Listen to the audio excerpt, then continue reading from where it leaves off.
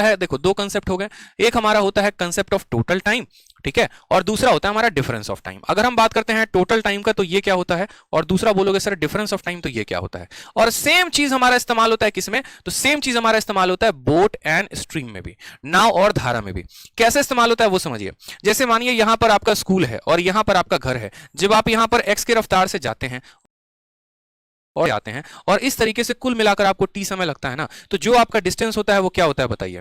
तो आप बोलेंगे सर डिस्टेंस हमारा क्या होगा बताओ। मैं आपसे पूछना चाहता हूं, the nation wants to know कि यहां पर जो है आप क्या फॉर्मूले का इस्तेमाल करेंगे। तो आप बोलेंगे सर देखो टोटल टाइम हमारा कितना लगा, टोटल टाइम हमारा टी लगा है, यानी जाने में टी1 टाइम लगा था, आने में टी2 टाइम लगा था, और ये किसके बराबर, टी के बराबर। टाइम बराबर क्या होता है, डिस्टेंस अपॉन स्पीड। अगर हम डिस्टेंस को डी मान लें और यहां से जाने की स्पीड को एक्स मान लें, अगर वहां से डी मान लें की स्पीड को वाई मान लें, तो ये बराबर हो जाएगा हमारा इसके, ठीक है। अगर कॉमन ले लेते हैं तो बोलेंगे सर डी, यहाँ डी कॉमन ले लेंगे तो बोलेंगे सर 1/x + 1/y बराबर हो जाएगा किसके सर, टी के। मैं आपको फॉर्मूला ही निकाल के दिखा दे रहा हूं। आप बोलेंगे sir d × x + y divided by मेरे भाई xy बराबर हो जाएगा। फर्दर अगर आप यहां से बोलोगे एक लाइन और, तो आप ऐसा कह सकते हो कि सर डिस्टेंस बराबर time × xy divided by x + y। मैं डायरेक्ट आपको ये सवाल का फॉर्मूला बता सकता था, लेकिन फिर उस केस में आप पूछते कि सर ये आया तो आया कहां से।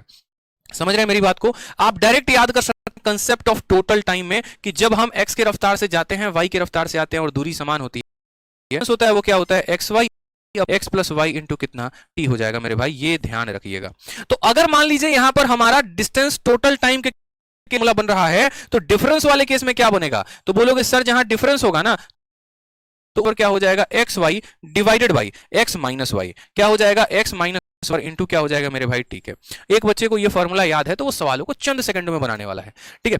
आ जाओ देखो, तो बोला गया 25 की रफ्तार से गए, 4 किलोमीटर प्रति घंटे की रफ्तार से आए, यानी जो हमारा टोटल को डिस्टेंस बराबर क्या हो जाएगा, तो डिस्टेंस बराबर बोलोगे सर डिस्टेंस बराबर आपने अभी बताया था, और क्या बताया था, xy x + y इंटू कितना हो जाएगा मेरे, टी के हो जाएगा, ठीक है। हमें यहाँ डिस्टेंस निकालना है। जाने की रफ्तार कितने की है, तो 25 की है। आने की रफ्तार कितने की है, 4 की है। 25 × 4 कितना हो जाएगा, 29 हो जाएगा। और समय इनको कुल मिलाकर कितना लगा, तो 5 घंटे 48 मिनट लगा।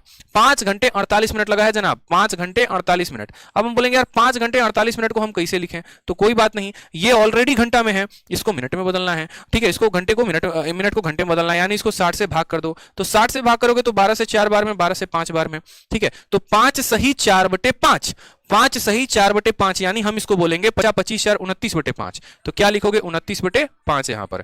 ये इसको 5 से ये 5 बार में कटेगा, और 5 × 4 कितना हो जाएगा, 20 हमारा करेक्ट आंसर आ जाएगा। Option number C for Kattappa is the correct answer. देखो वीडियो अगर पसंद आए तो बिल्कुल लाइक तो करना ही करना है, और चैनल को सब्सक्राइब भी करना है।